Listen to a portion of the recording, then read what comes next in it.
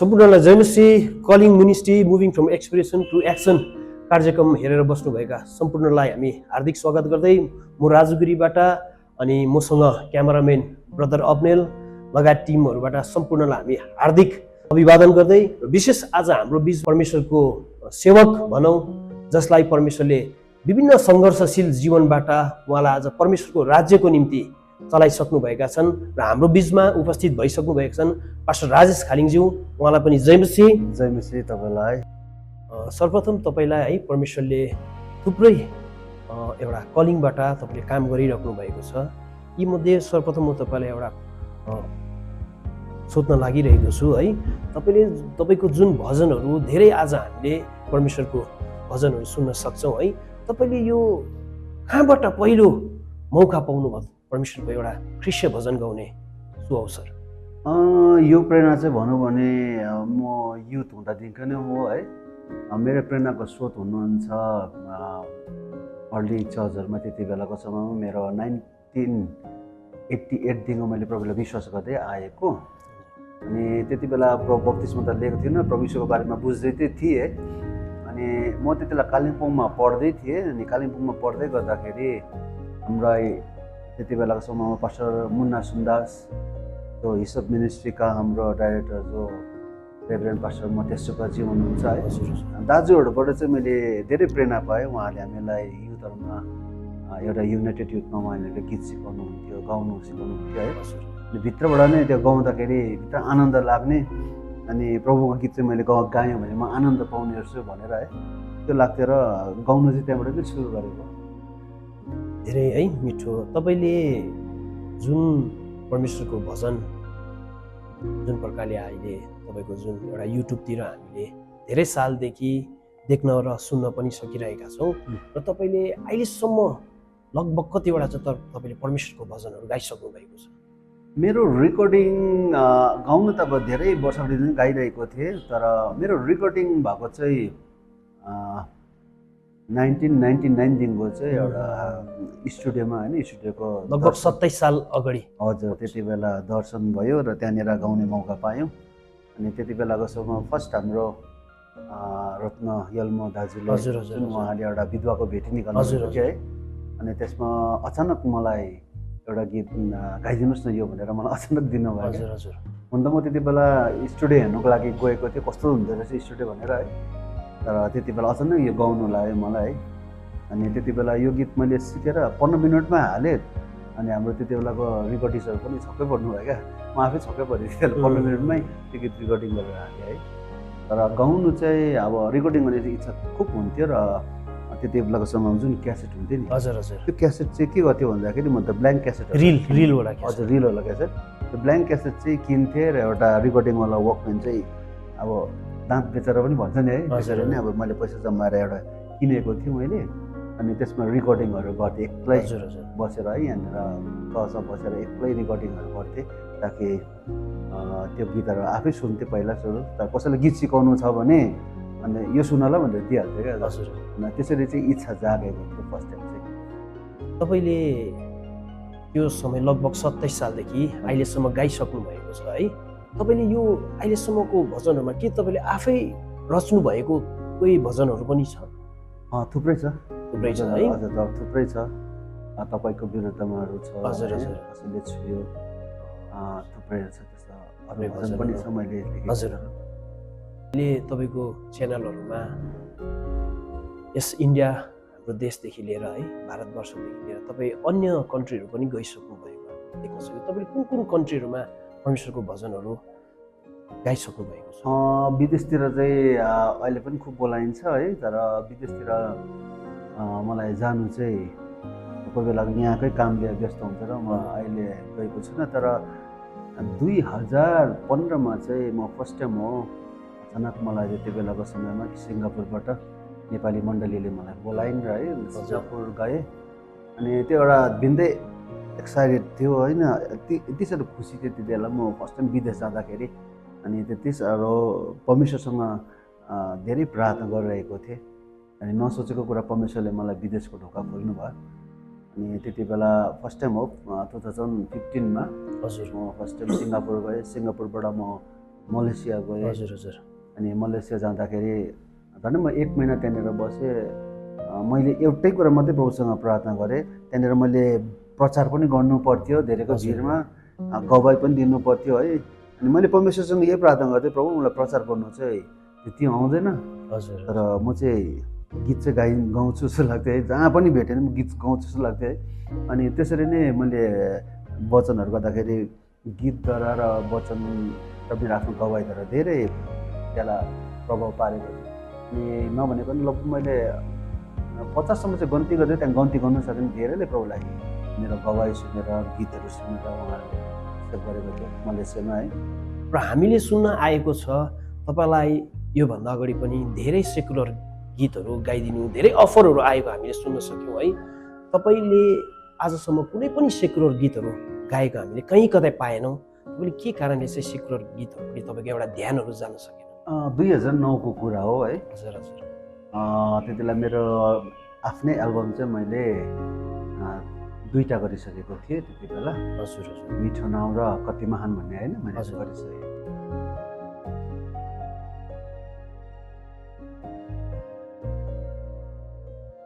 त्यसो भनेको कति 2 हप्ता बाद उहाँले मलाई फोन गरेर नानी तपाईँको लागि गीत तयारी गरेको छु भनेर बोल्नु भयो। त्यो गीत गाउनुको लागि मैले फर्स्ट टाइम सेकुलरमा मैले एउटा गीत चाहिँ गाएको छु। दिन उता तपाईँले कहीँ कतैबाट के मौकाहरू पाउनुभयो? त्यहाँदेखि उता चाहिँ मेरो मुखबाट पनि कुनै यस्तो गीतहरू चाहिँ निक्लेन पनि, किनकि मैले आफ्नो जीवन प्रभुलाई त्यति बेला दिन सकेँ। थ्याङ्क यू भन्छु त्यो समयको लागि पनि, किनकि मैले परमेश्वरको सङ्गीतलाई चिन्ने मौका पाएँ। र तपाईँलाई यो गायन क्षेत्रबाट परमेश्वरले अर्को एउटा कलिङ पनि है, आराधना गर्ने है, वर्सिपर भएर तपाईँले तपाईँको सोचमा पर भएपछि वर्सिपरको जीवनशैली कस्तो हुनुपर्छ, अलिकति यो विषयमा बताइदिनुहोस् न। वर्सिपरको बारेमा, एउटा आराधकको बारेमा भन्नु पर्दाखेरि हाम्रो आराधकको खास हाम्रो जीवनमा हामीले पाएको जिम्मेवारी नै यो हो कि हामीले वर्सिप गर्दाखेरि स्वर्गीय उक्रिनुपर्छ र परमेश्वर मण्डलीसँग बोल्नुपर्छ। हजुर होइन, मण्डलीलाई जिउँदो बनाउनु चाहिँ अब एउटा आराधकका त्यो भन्छु म चाहिँ। यस सन्दर्भमा जीवनलाई जाँच्नुको कतिको आवश्यकता छ? कठिनाइ छ एकदमै यो बाटोमा होइन है। गाउने बजाउने यी दिनहरूमा तपाईँले प्रकाशमा बोल्ने थुप्रै पाउनुहुन्छ, तर परमेश्वरलाई सुन्ने फरक हुन्छ है। अनि हामी परमेश्वरलाई सुन्ने चाहिँ हुनुहुन्छ एउटा आराधक भएर उसको जीवनशैली चाहिँ मान्छेले भन्दा नि परमेश्वर बोलेको चाहिँ सुन्नुपर्छ त हामी। अनि मलाई यस्तो लाग्छ एउटा तपाईँ वर्सिप लिडर भएपछि, तपाईँ आराधना गर्ने भएपछि तपाईँले परमेश्वरलाई सुन्नु चाहिँ तपाईँको मिठो सन्देशमा तपाईँ त यो सुरुमा त एउटा गायन क्षेत्रको एउटा व्यक्तित्व सिङ्गर हुनुहुन्थ्यो है, परमेश्वरको वचन गाउने। तपाईँले कसरी चाहिँ तपाईँले प्रेरणा पाउनुभयो म एउटा वर्सिपर हुन्छु, सक्छु, म एउटा आराधक भएर परमेश्वरको महिमा गर्न सक्छु भनेर कसरी चाहिँ तपाईँले प्रेरणा? तपाईँले ठिक कुरा भन्नुभयो। म एक्चुअली चाहिँ गस्पलहरू गाउनु चाहिँ खुब रुचाउँथेँ। हजुर, मैले यो गाउने क्षेत्रमा कस्तो लाग्छ भन्दाखेरि यो गस्पल चाहिँ म त्यति बेला गर्दा चाहिँ मलाई चाहिँ वर्सिप अब मण्डलीमा बाहिर आउनु थाल्यो, वर्सिप गर्नु भनेर परमेश्वरको जिम्मा सम्झेर मैले मण्डलीमा वर्सिप गर्दा त्यति बेला धेरै मान्छेले हिलिङ हुन थाल्यो, चङ्गाइ हुन थाल्यो, मान्छे धेरैजनाले आफ्नो चाहिँ परिवर्तन देख्न थाल्यो है। त्यति बेला चाहिँ मैले बुझेँ कि मेरो कलिङ चाहिँ आराधना गर्ने रहेछ, हजुर सञ्चालन गर्ने रहेछ भन्ने चाहिँ त्यहाँदेखि चाहिँ मैले वर्सिप गर्नु चाहिँ सुरु गरेँ। हजुरको यही सन्दर्भमा जब हजुरले आराधना सुरु गर्नुभयो है परमेश्वरको एउटा बलवाटमै, त्यहाँदेखि तपाईँको जीवनमा कुनै प्रकारको कठिनाइहरू, चुनौतीपूर्ण समयहरू के आयो? चुनौती धेरै आयो। एउटा अब चुनौती भन्दा के भन्दाखेरि अब हुन त म एउटा अब अहिले सबै मण्डलीसँग मिलेर होइन, सबै संस्थासँग मिलेर सेवा गरेको छु। किन भन्दा म आफ्नै एउटा मिसनमा छुइनँ। म हजुर कुनै मिसनमा कुनै संस्थामा रहेर मैले अहिले कुनै सपोर्ट लिएको छैन होइन। चुनौती त आउँछ नै आउँछ। हजुर हजुर अहिले चुनौती आउँदाखेरि धेरैपल्ट परीक्षा आएको चाहिँ यही हो। कोही बेला परिवार भएको मान्छे भएकोले गर्दाखेरि चुनौती चाहिँ परीक्षा आएको यो हो कि कोही बेला अभाव र घटी पनि धेरै हुन्थ्यो। हजुर होइन अगौरवहरूले कमी धेरै आउँदै पनि परमेश्वरको सेवकामा मुखबाट चाहिँ गीतै निक्लिन्थ्यो। परीक्षा त आउँछ नआउँछ प्रभु, तर मलाई परीक्षाबाट भाग्ने शक्ति चाहिँ दिनुहोस्, यही प्रार्थना। हजुर, कुनै पनि परीक्षा होइन, मलाई भाग्ने शक्ति चाहिँ मलाई दिनुहोस् प्रभु, म त्यही भन्छु। हजुरको आगामी दिनहरूको सेवाकाईको प्लानिङहरू के कस्तो योजनाहरू छ? स्पेसली चाहिँ अहिले चाहिँ म चाहिँ युथहरूको बिचमा सेवाकाई गर्दैछु। कतिवटा कुरामा म अहिले कति जग्गामा वर्सिप ट्रेनिङहरू म गराउँछु है। हजुर, प्रेजेन्ट वर्सिपहरूको बारेमा म सिकाउँछु र यसरी गराउँछु। के छ भन्दाखेरि कतिजनाले तपाईँको गएको सुन्दै थिएँ म निको भएँ भनेर भन्नुभयो, तर उहाँले मलाई त्यो गीत सुनेर नै उहाँलाई भन्नुहुन्छ कि अहिले म धेरै निको भइसकेको छु भनेर भन्नुहुन्छ क्या त। हजुर, हुन त अब वर्सिप प्रेजेन्ट वर्सिप गर्ने वर्सिप लिड गर्नेहरूलाई सबैले एउटै वरदान हुन्छ। हजुर, किन भन्दाखेरि कसैले वर्सिप गर्दाखेरि परमेश्वरको अभिषेक हुन्छ, त्यो भिन्दै वरदान हो। कतिजनाको वर्सिप गर्दाखेरिको वरदान कस्तो हुन्छ भन्दाखेरि उनीहरूले वर्सिप गर्दाखेरि हिलिङहरू मात्रै बग्छ क्या त, चङ्गाहरू सक्छ। अनि कतिजनाले चाहिँ वर्सिपहरू गर्दाखेरि मण्डलीमा वर्सिप गर्दाखेरि त्यो वर्सिप पनि दान वरदान भिन्दै भिन्दै हुन्छ। हजुर, कतिजना चाहिँ वर्सिपहरू गर्दाखेरि चाहिँ अगम बानीहरू आउँछ।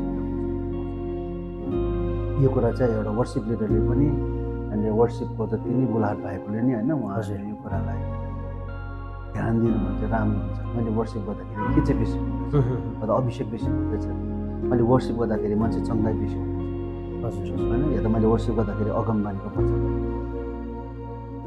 मेन चाहिँ परमेश्वरको वचन आएको चाहिँ मलाई राम्रो मनपर्छ।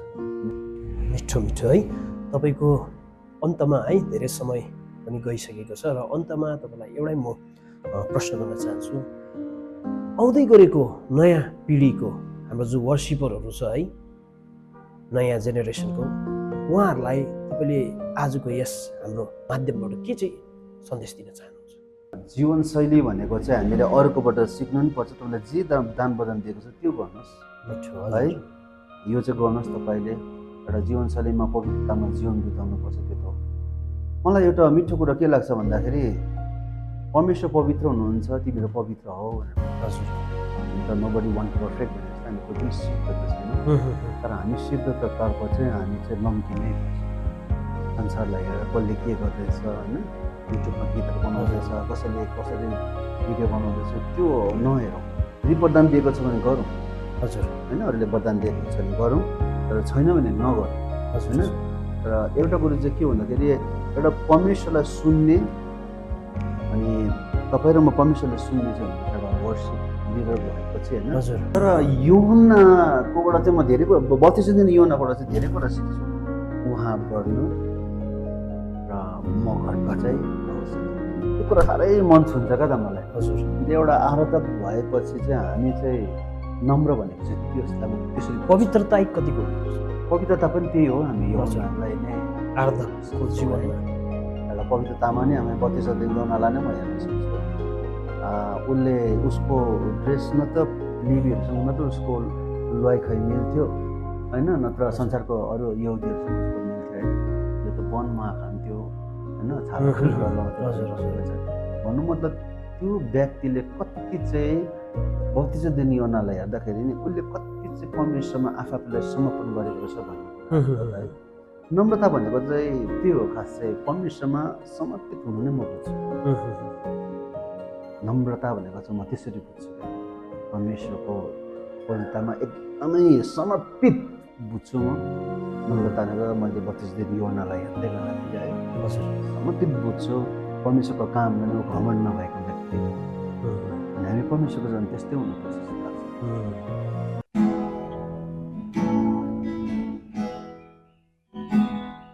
तपाईको सेवा गर्नलाई आज संसारलाई भुली आएको छु। तपाईको सेवा गर्नलाई आज संसारलाई भुली आएको छु।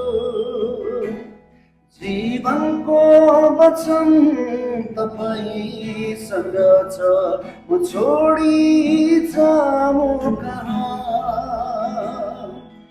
स्वामी येशू राजा तपाईँको विरुद्धमा पाप गरौँ भनेर तपाईँको वचन मैले हृदयमा राखेको छु हृदयमा राखेको छु। हुन्छ दर्शकबिन है, आजको बातचित कार्यक्रममा विशेष आजको समय हाम्रो भइसकेको छ, सिद्ध्याउने समय। विशेष आजको हाम्रो यस कार्यक्रममा आफ्नो बहुमूल्य समयलाई केही टाढो पन्छाएर हाम्रो निमन्त्रणालाई उहाँले सहृदय एक्सेप्ट गरेर हाम्रो यस कार्यक्रमलाई सफल तुल्याइदिनु भयो। विशेष हाम्रो पास्टर राजेश खालिङज्यूलाई हाम्रो calling ministry moving from expression च्यानलकोबाट उहाँलाई हामी हार्दिक धन्यवाद दिँदछौँ।